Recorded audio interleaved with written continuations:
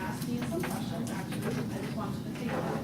I want you to think, from when you were little, do you agree that homework is beneficial or not beneficial? Do you think it helps you or it didn't? Right? From personal experience, I believe it does help. I've seen it with myself and my son. According to an article called Increasing the Effectiveness of Homework for All Learners in the Use of Classroom, written by Nicole Art in 2015, homework is said to be a valuable tool for reinforcing learning that takes place in the classroom when utilized properly. Today, I want to persuade you to take action whenever you do choose to have children, and if you don't choose to have children, maybe your nieces, a friend's child, whoever it might be, to take action and make sure that your child receives adequate homework or the homework help that they need. First, I will give you the harms of bad homework or not having homework at all, the causes of that harmful homework, and finally give you some ways of taking action. First, I will give you the harms of homework or not having homework, like I said. According to a study done by the National Assessment Governing Board in 2005, students in the age groups of the 9, 13, and 17 all scored higher on assessments depending on how much time they spent on homework. For instance, a 9-year-old that did not do homework scored 204, but the 9-year-old that spent anywhere from a little less than 1 hour to 2 hours of homework scored an average of 221. That might not seem like a significant jump, but the scores are higher. Not only are scores lower, but there are other benefits to homework. I hadn't thought about this until I actually started doing proper research. According to an article called Good Homework Policy by Nancy Protherick that was published in 2009, studies have shown that there are other benefits to homework other than higher scores, such as long-term academic benefits, which include better study habits and skills. There are also non-academic benefits, such as greater self-discipline, better time organization, and independent problem solving. Children learn these skills elsewhere, but why not help them with their homework? Now, I will give you some issues associated with no homework. In an interview conducted by Lauren Coronado from the News Channel 3, which is local, on September 16th of this year, the Coachella Valley School District Superintendent, Dr. Adams, confirmed that 3 schools in the district are now implementing the no homework policy. In the same interview, the president of the Coachella Valley Teachers Association, Richard Rozzo, stated that teachers agree. But the thing is that he believes that some teachers are agreeing to this no homework policy because they feel that they are underpaid. And so it is just something less that they have to do. They don't have to grade homework. They don't give the homework, which is why they're agreeing to it. Dr. Adams denied the claim, but ask yourself, why would they not want to give the homework if there are benefits to it? Not everything about homework is bad. There are also harmful environments we have to keep in mind.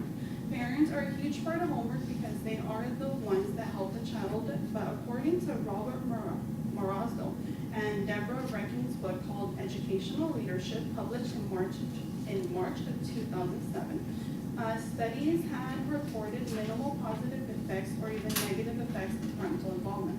It also states that parents report that they feel unprepared to help their child with homework and that their efforts to help frequently cause stress. This shouldn't happen. The teacher should be helping you to guide you on how to help your child with the homework. Now, I will be giving you some ways of taking action against this bad homework or not having homework at all. My son, which is 7, last year his grades for reading were really bad. It was a roller coaster. Here you can see this is actually his report card from last year, right at the end of the year. I blew up some. This is for the reading and the language and writing. He started off as a 2 for the first trimester. He dropped down to a 1. Keep in mind, this is the scale from 1 to 4. He dropped down to 1. This is when I took action. I talked to the teacher. I asked her, what is it that I can do? We worked together to figure out what he needed and what I could do at home as well as what she could do. From a 1, he brought it up to a 3, which is grade level. Keep in mind, I mean, it's hard. Once you drop, it's hard to bring it back up. Not only was he below level, he was a little below, he was way below, and then he brought it way back up. shows the benefits of just working with your child and doing homework at home. Teachers might also recommend some after-school programs.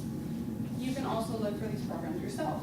The Desert Science Unified School District page actually dedicates a section to after-school programs.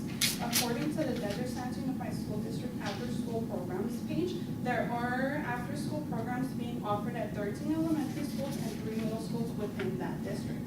You can, your child is going to school, might as well use whatever they are offering, the programs.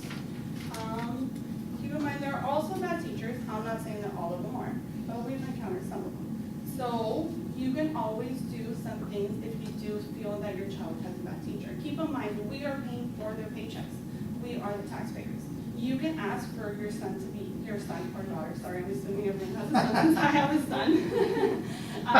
You can always ask for your child to be changed out of a certain classroom if the teacher does not want to cooperate with you.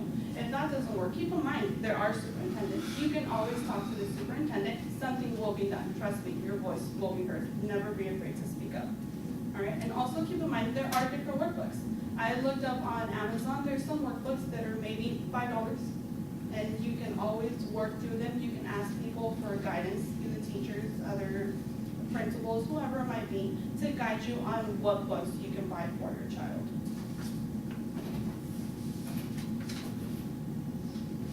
In conclusion, I'm hoping that this information has been beneficial to you.